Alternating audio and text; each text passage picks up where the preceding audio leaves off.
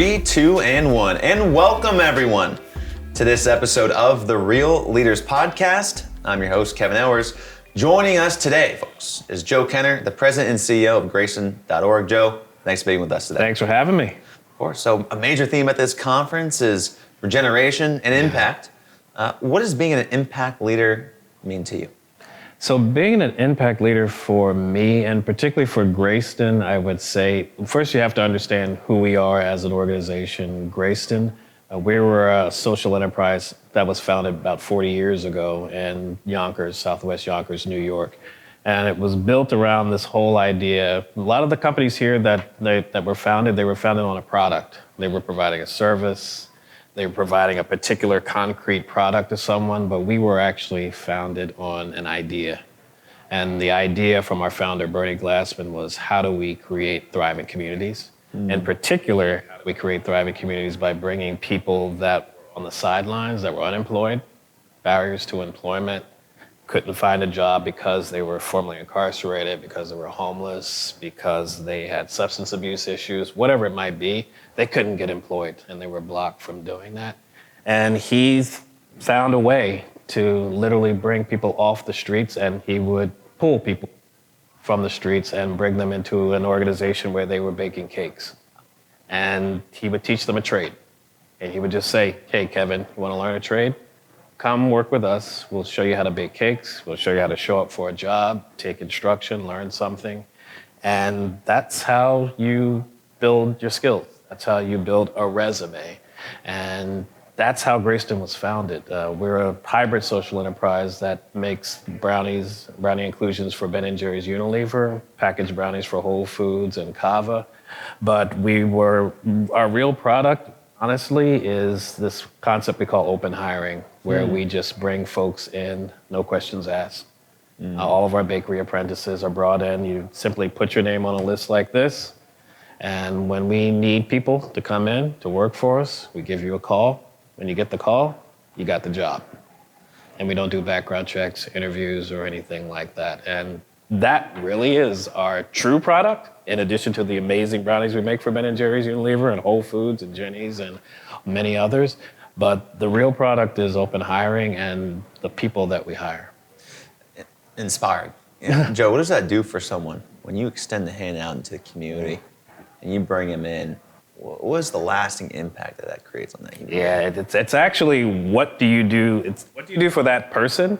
But you have to think about the people that we hire. That person is a mother, is a father, that has children, that lives in a community that is, particularly in Southwest Yonkers where we are, it's economically challenged. So when we hire that person, we're not just hiring that person. We're hiring that person that needs to provide for themselves, but they also need to provide for their family.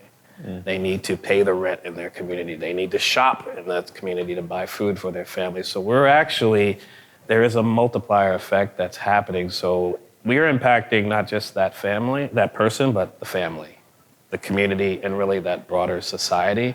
And I could tell you stories, Kevin, there are literally hundreds of people that we've impacted that have all kinds of stories, whether they were the formerly incarcerated person that couldn't get a job, single mom that didn't have the experience or the education to get a job, the person that had English as a second language that couldn't get a job. And we're hiring those folks, and they're thriving, and they're flourishing, and they're benefiting not just themselves, but their families and the communities that they live in. So it's truly a multiplier effect. And that's impact, right? That's beyond impact. I mean, you're literally changing lives, and these lives have names. They have families that are connected to different communities. What's the transformation that your founders seen over those 40 years within that community as a whole, and how has that community come back to support you? Yeah, 80% of our bakers come from Yonkers. Wow. So right off the bat, the mayor Mike Spano, the city council president, our county executives, our state senators, state assemblymen, they all recognize that, you need Greyston. And I always say, you judge a company and its impact by asking the question, what would happen, what would this place be like if we weren't here? We hire 110, 120 people at our bakery. The bakery is owned by a foundation. Greyston Foundation has another 30 people. If we weren't here, what's that multiplier effect in the opposite direction, the wrong direction, in terms of people that are no longer spending money in the city, people that are no longer paying rent in the city, all of that, people that are no longer employed in the city. So you're talking 120, 150 people that have just now left. All those dollars leave the city, they go somewhere else. If you're a mayor, if you're a state senator or a state assemblyman, that's a challenge for your constituency. So no, I say we're an economic shot of adrenaline in Southwest Yonkers. So that's what we mean to the city. And if we weren't there, God help us. I love that. You're an economic shot of adrenaline to the city. Are you here to spread that message to more local communities? What's the message that you have for the people listening out there saying, we should do something like that? And that's actually the real challenge I have as a CEO, because I'm selling different products here. We provide baked inclusions for dessert makers. We provide packaged brownies for a Whole Foods and Kava. But really what I want to sell to folks, obviously, if you want to do employee appreciation or send a package to your family members, we have a great e-commerce line. So just go to greyston.org and you can order our brownies, regular and vegan, to send to folks. But what I really want to sell, and this gets to a broader issue when we talk about labor, the labor market that we're in right now and the challenges that people are facing, it's the model of open hiring and how there are so many people, like 10 million research tells us, that are on the sidelines. So not included in the unemployment rate. They're not captured in that because they've dropped out of the workforce. But they're on the sidelines and they're either on public assistance, they're incarcerated, but they're pulling system. But many of them want to work, but they've given up because they got one or more of these barriers to employment. The former incarcerated, homeless, whatever it might be, they want to work. They have a strong work ethic, but they've just not been given that opportunity. How do we bring them in? The solution is open hiring. I want as many employers, if you just hire just one person through open hiring, that's a win for us. But we've got a situation in this country where we've got 11 million unfilled jobs. 3 million people have said, after COVID, I'm not coming back because I'm fearful of the workplace. I'm fearful of, I got to get my kids childcare. I don't know where that's going to come from. Or I've just given up. We've got to figure out a way to get those folks back in so they can contribute to the workforce, so they can contribute to this economy. And I feel that what we're doing, and I strongly believe this, it's not just employment and hiring, this is economic development. Because you're really pulling people away from public assistance, you're pulling them away from the criminal justice system, and you're bringing them into the economic mainstream. Now they're contributing. They're earning a salary, they're paying taxes, they're providing. And again, that's an economic multiplier for any locality. So it seems like this is a full 5-pronged approach with the government, the communities, people that they serve, really the whole thing. How have you been able to work with building relationships with government municipalities?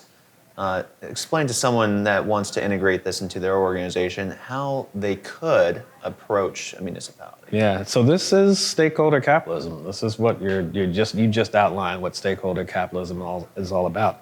It's not about running your business at the expense of profit, but thinking about profit in the context of how can my business have a net positive contribution to your municipality, your community, the other local businesses that you might be interdependent upon. Like we work hand in hand with Ben & Jerry's Unilever, Whole Foods. We're all working together, providing products, yes, but we're actually providing employment. We're providing economic development. And that's how we survive. I mean, we're a benefit corporation, so we have a triple bottom line focus, people, planet, profit. And we look at the whole expanse of where we're operating. So it is the community, it is the local governments, it is the nonprofits that we work with to support our employees who have housing needs or whatever needs that they need to be successful. We're working with a lot of different organizations to do that. Stakeholder capitalism is all about what are all of those interdependencies that help you as a company thrive, but also help your employees thrive. Because what we believe is that, if my employee is doing well at home, they're going to do well at work as well. They're going to show up and they're going to bring their full selves to work and they're going to produce for us. And at the end of the day, I see that as a win-win. You must have great management there at your organization to integrate, someone with maybe little to no experience or not really know what their experience is and their background when they come in. What's your integration philosophy when these employees come into your organization? Yeah, you mentioned a lot of our values when in your intro. You were talking about collaboration, respect, and non-judgment. I mean, those are actually our core values. We came up with those last year. That's the kind of company I want to have. One built on compassion, one built on non-judgment, empowerment, transformation, obviously, and collaboration. And collaborating internally, but also externally with, our partners. And that's the secret sauce for it all. I mean, to have those core values at the heart of what we do, I want people to feel that when they walk into the organization. I want you to see it when you go to our website. I want you to feel it when you're working with us. And quite frankly, those are the kind of people I want working here. And I always say, this is sacrosanct. Those core values are sacrosanct. And if that's not you, look, there are 11 million unfilled jobs out there. You can avail yourselves to those. But that's how we're going to operate at Greyston, because you think about the population that we work with, and you think about the challenges that we're facing, those are the kind of values that I need to have to be successful. And if we can't rise to that challenge, the model's not going to be successful. And out of curiosity, just how do you define collaboration? What does it mean to you?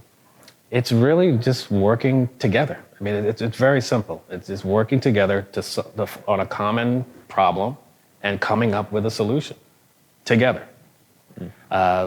It has to be done. I mean, Washington has a challenge with that. Albany, where we are, might have a challenge with that. But for us, it's critical that, I work with my local government, I work with my team, my executive team, our employees, at all levels to get their input. I like to listen. I mean, I think one thing as a CEO, you got to listen more and maybe speak less. So that's what collaboration is all about, is working together on a common problem to come up with a solution that we can all be aligned on. It's almost synonymous with how many people define leadership. So, Joe, let's bring this home. What is your definition of a real leader? I would say a real leader is someone who's authentic, intentional, and really has a North Star where we want to go. The one thing I was learning here, they were asking us, are you a product with a mission or a mission with a product? And, we're all about the mission. I mean, we could literally be making anything. We could be making bicycle seats, we could be making curtains, we could be making carpet. But at the end of the day, our mission is about unlocking human potential through inclusive employment. And how do we bring those folks on the sidelines into the workforce? We just so happen to do it with brownies and brownie inclusions and open hiring, but literally we could be making anything. And the great news about all of that is we've worked with partners like The Body Shop, Kraft Heinz, Bondul, who are also doing this in some form. And at the end of the day, if there's one message I would have for the leaders is, how can you do it within your organization? How can you do open hiring in some form? You could focus on the formerly incarcerated, or you could do what we do and just have an open door policy, like whoever wants to put their name on the list, put their name on the list. But how do we get the folks off the sidelines that are really looking for work and want to work? This is not a social program. It's not a kumbaya, feel-good kind of thing. It's work. It's a business, a profitable business, and we want folks who are committed to being successful, have resolved to be successful. But we're intentional about working with you if you want to work with us and have a reciprocal relationship and help us help you, and we can make this thing work. I mean, we've been doing it for 40 years. Let's expand on that a little bit. What do you think these large organizations, assuming you're speaking about large organizations, struggle with when it comes to embedding these values into the core of their operations? Yeah, and I come from a corporate environment, so I worked with Fortune 50 companies before I came to Greyston, and a lot of it, look, I'm talking about getting rid of interviews, resumes, that's just not what's done in a traditional conservative organization. I get it. It's revolutionary. I'm not going to downplay it, and it is work. I don't want to make it seem like this is just an easy thing to do, but it works. And that's the one thing that I found when I came to Greyston, because when I first heard about it, I was thinking to myself, how the hell could somebody like this just not ask questions? But then when you visit the bakery, You see that it's been operating all these years. You see that it's working. You see that it's profitable. But then you talk to the people, and I encourage people, go to our website, listen to some of the stories of some of our employees. When you hear what it means to the people that you've hired and how that's changed their lives, they wanted to change their lives. They just needed that opportunity. It's a whole new ball game. But it's really getting rid of our own and just putting aside our own biases of just like, what does it mean to hire that particular population? And I've gotten questions here, like, are there any risks to hiring folks without asking questions? I said, are there risks to going through interviews and background checks? And how many of you folks have interviewed folks in and out and sometimes it didn't work out? Right. How'd that work out for you? And how much time and money did you spend on that to get an employee that didn't work out? How do these corporations get to where they are today when it comes to these practices, and how do we flip the model with a new idea? A lot of these companies, particularly in the manufacturing space and even in retail too, they're looking for employees. They're struggling. They're trying, and I've heard this all through many of our employment partners. They're increasing their wages, can't find people. Referral bonuses, can't find people. Right. And my challenge to them is, look, the methods that you're using are the same methods that you've been using for God knows how long. Where have you been looking, first of all? Are you going to non-traditional places to look for folks? And then two, what is it about your practices that are excluding people? Your requirements, the background checks, your own biases, just saying like, I would never hire somebody who's been arrested, and you never really know what they've been arrested for. They've just been arrested. It could have been something very minor, it has nothing to do with your organization and having a negative impact on your organization. But what would happen if you just took a step back and just did a quick pilot like the Body Shop? Not quick, but it was 2019 for 3 months. And just say like, we're just not gonna ask questions. You're gonna learn the job on the job. If you wanna work, that's great. Here's a job, let me see how you do. Here's the results. The Body Shop did it in 2019. Productivity went up 13%. They cut their turnover rate by 2/3. Why? They got good people that when no one else gave them a chance, you did, and they're gonna give you their all. They're gonna give you their best. You get good people that from the non-traditional cohorts, I mean, these are the folks that have backgrounds, they may have English as a second language, whatever it might be, but they're getting your product out the door, and they're doing it with excellence, and they're loyal to you. What's the problem? I'm sure. I think that's strong, bold leadership. I mean, I think maybe one of the things people have is, maybe you would agree, is just trust. Trust. Where's it gone? And how do you reinstill it? So anyway, Joe, it's been a pleasure speaking with you today. Thank you for having me. Thanks for coming on the interview. For Joe Kenner, I'm Kevin Owers, asking you go out there, be authentic, and always, folks, keep it real. Thank you so much. Appreciate you. Appreciate it.